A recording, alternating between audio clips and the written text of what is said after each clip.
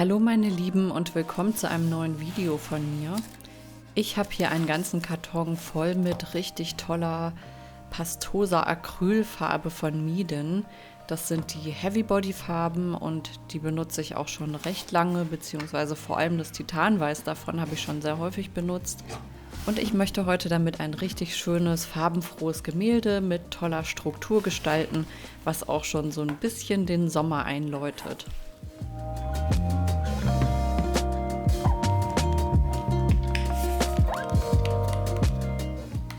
Ich habe mir hier auch mit meinem Mischweiß ein paar Farben selber angerührt in diesen Schälchen.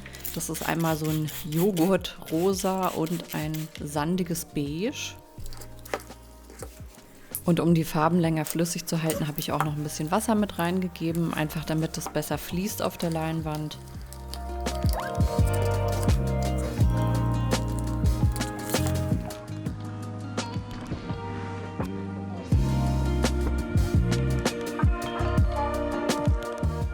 Ich habe hier auch ein Upcycling-Projekt gestartet. Ich hatte nämlich in einem Secondhand-Laden diese Leinwand hier gekauft und habe die einfach abgezogen und selber neu bezogen. Ich habe ja zu Hause auch immer eine große Leinwandrolle mit 380 Gramm. Die benutze ich immer für alle Bilder, die ich neu beziehe. Oder wenn ich einfach nur Keilrahmenleisten habe, dann kommt da diese tolle Leinwand drüber. Ja, so kann man aus was Altem noch was Neues gestalten und die Ressourcen sind auch nicht verschwendet. Bin ich auch auf jeden Fall immer für zu haben. Als erstes habe ich mir dieses Joghurtrosa und das Beige aufgetragen, einfach mit dem Pinsel und ja, ganz frei. Und weiter unten auf der Leinwand habe ich meine dunklen Farbtöne aufgetragen. Da wollte ich auf jeden Fall ein bisschen sparsamer mit sein, weil es ein helles und fröhliches Bild werden soll.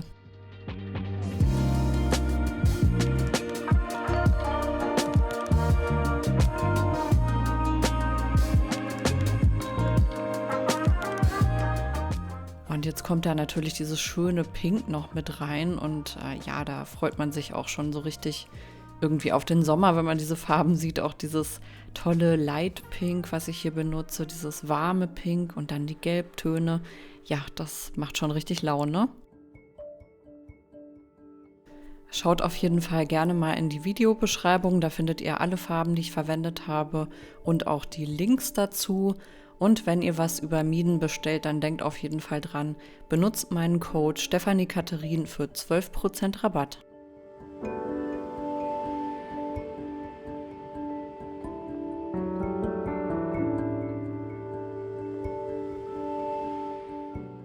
Ich habe jetzt hier mit dem Malmesser einfach die Farben ein bisschen ineinander gezogen, auch die hellen in die dunklen rein, damit man von den Blautönen noch mehr sieht und dann leuchten die auch so richtig.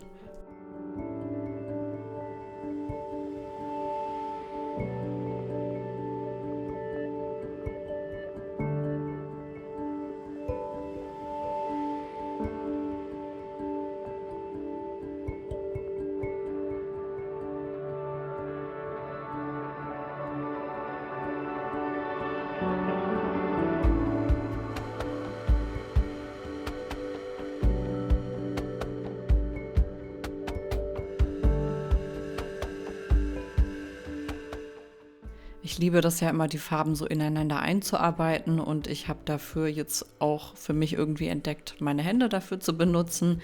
Auf jeden Fall unbedingt immer Handschuhe anziehen bei sowas, weil die Farben sind nicht gesund für die Haut. Also ich sage das immer ganz gerne, wenn ich jemanden sehe, der da einfach so mit den Händen reingeht. Ich glaube halt nicht, dass es gesund ist. Macht es gerne, wie ihr möchtet, aber ich ziehe mir da immer Handschuhe an und so macht es auch richtig Spaß, da drin so ja, rumzuschmieren und es hat irgendwie auch so was Kindliches, finde ich. Aber es macht Spaß und ich finde, die Effekte sind auch richtig schön.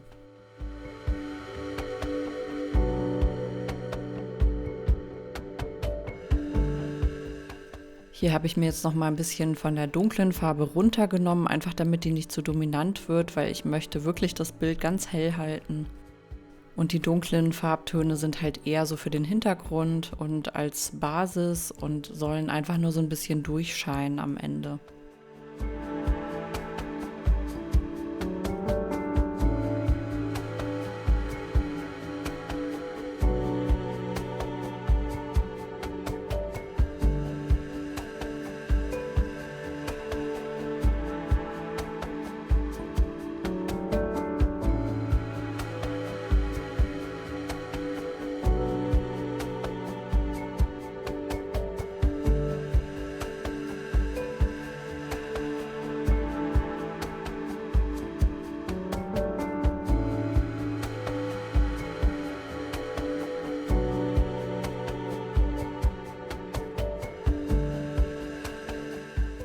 Ich muss dann auch während des Malens immer so ein bisschen überlegen, wo ich jetzt welche Farbe hinsetze und wo ich finde, wo noch was fehlt. Und das ist einfach ein Prozess, der sich nacheinander aufbaut. Da kann man einfach ganz intuitiv vorgehen und während man malt einfach immer so gucken, ja, wo muss noch ein bisschen Gelb rein, wo muss noch ein bisschen Pink rein. Und ja, das ist alleine ja schon ein richtig schöner kreativer Prozess und es macht einfach auch Spaß, wie schon gesagt.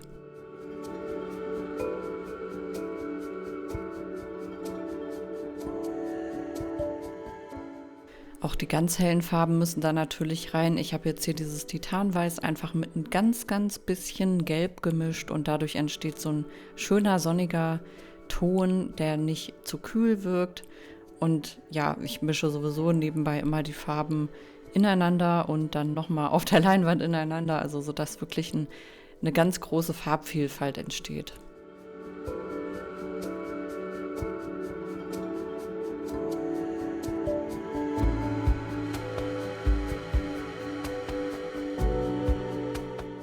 Ja, diese Küchentuchrolle ist natürlich immer ganz wichtig. Die brauche ich einfach für jedes Bild. Und wie gesagt, auch die Handschuhe.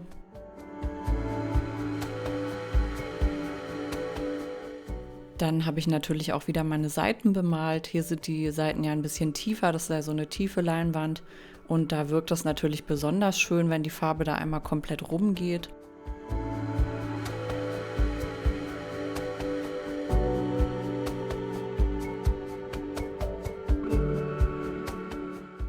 Ja, diese ganzen Aprikosentöne finde ich auch immer total herrlich und die baue ich einfach zurzeit auch sehr gerne in meine Bilder ein.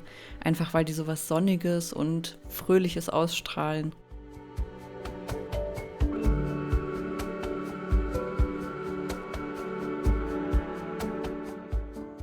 Hier habe ich mir noch mal ein paar Farbtöne nachgemischt bzw. noch mal aufgetragen, weil ich da ein bisschen mehr von gebraucht habe. Ich finde es ja auch immer sehr harmonisch, wenn man in die Farbflächen selbst nochmal andere Farben mit einbringt, damit es nicht so flächig wirkt. Dadurch entsteht so ein richtig schöner, dichter Farbwald sozusagen auf der Leinwand und das macht das Ganze dann am Ende auch aus, immer finde ich.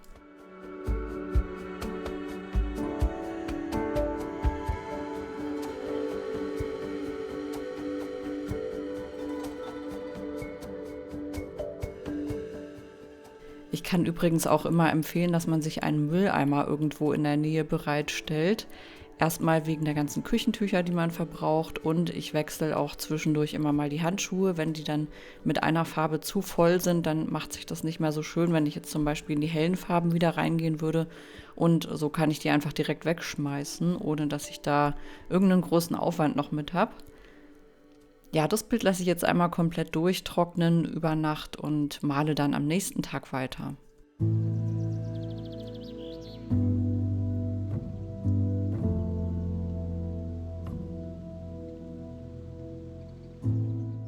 Hier habe ich jetzt einfach mit dem Malmesser nochmal so ein paar hellere Punkte in die dunklen Flächen mit reingebracht. Ich wollte sie auch noch ein bisschen aufwärmen, deswegen ist da noch dieses Sienna-Braun mit reingekommen.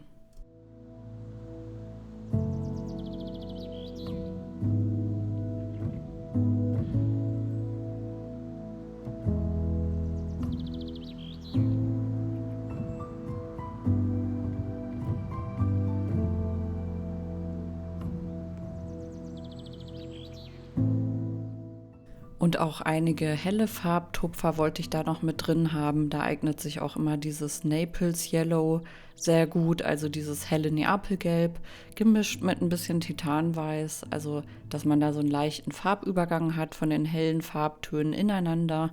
Und dann macht sich natürlich da auch noch ein bisschen mehr Rosa ganz gut. Also man muss es einfach mit Augenmaß so ein bisschen machen und gucken, wo einem noch was fehlt und überlegen. Und da kann man sich auch ruhig alle Zeit der Welt nehmen, finde ich.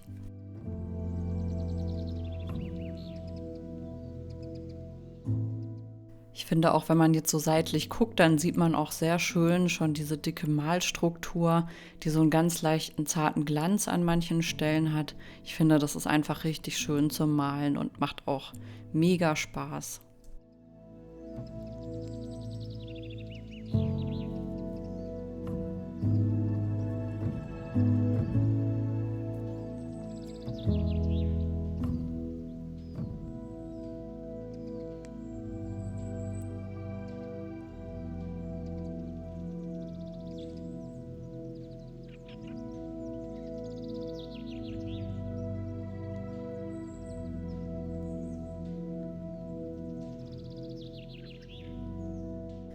Ein paar schöne, frische Türkistöne sollen hier auch nochmal mit reinkommen und dafür habe ich mir diese 2 Farben hier zusammengemischt. Wie gesagt, ihr findet die alle in der Videobeschreibung auch.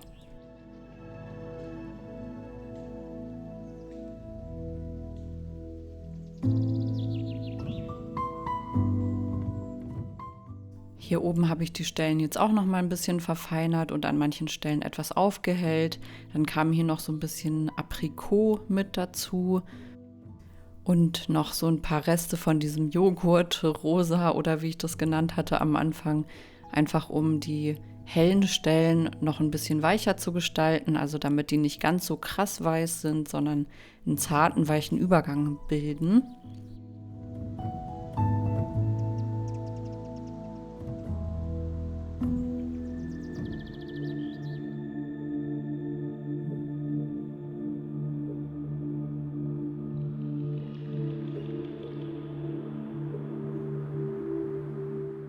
Und hier seht ihr zum Beispiel auch, wie ich einfach dieses ganz helle, fast schon Titanweiß so ein bisschen übermalt habe mit dem Beige, einfach damit der Übergang ein bisschen zarter ist und das Ganze natürlicher wirkt.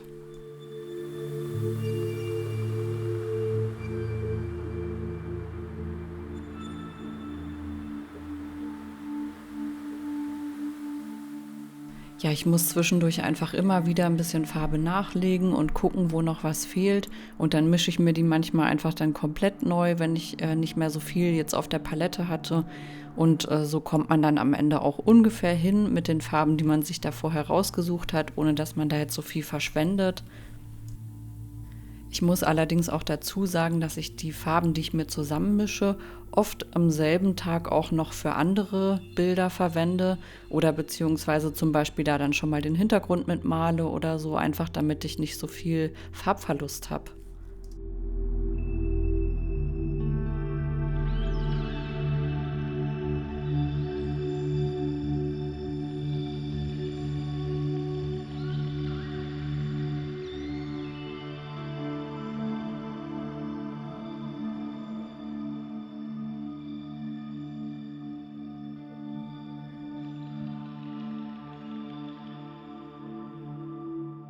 Das sind jetzt auch noch die letzten Feinheiten, die ich hier bearbeite. Ich wollte einfach im unteren Bereich noch mehr Helligkeit haben, habe da noch ein bisschen von diesem Grau-Lila mit eingefügt, was ich mir jetzt hier selber zusammengemischt habe und das trage ich dann mit dem Malmesser auf. Das ist jetzt das Bild, nachdem es getrocknet ist. Es ist fertig. Ich habe es Blooming genannt, weil ich einfach finde, dass es wie so eine fröhliche, schöne Sommerwiese ist.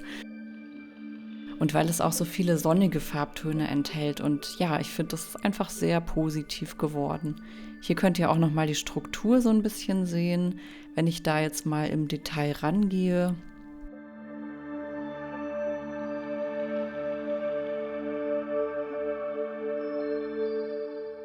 Das Gemälde ist jetzt auch in meinem Etsy-Shop erhältlich. Den Link findet ihr ebenfalls in der Videobeschreibung, wenn ihr mich unterstützen möchtet. Da würde ich mich natürlich sehr freuen. Ansonsten hoffe ich, dieses Video hat euch gefallen. Lasst mir sehr gerne ein Like und ein Abo da. Und ich wünsche euch noch einen wunderschönen Sonntag und sage wieder Ciao und bis zum nächsten Mal.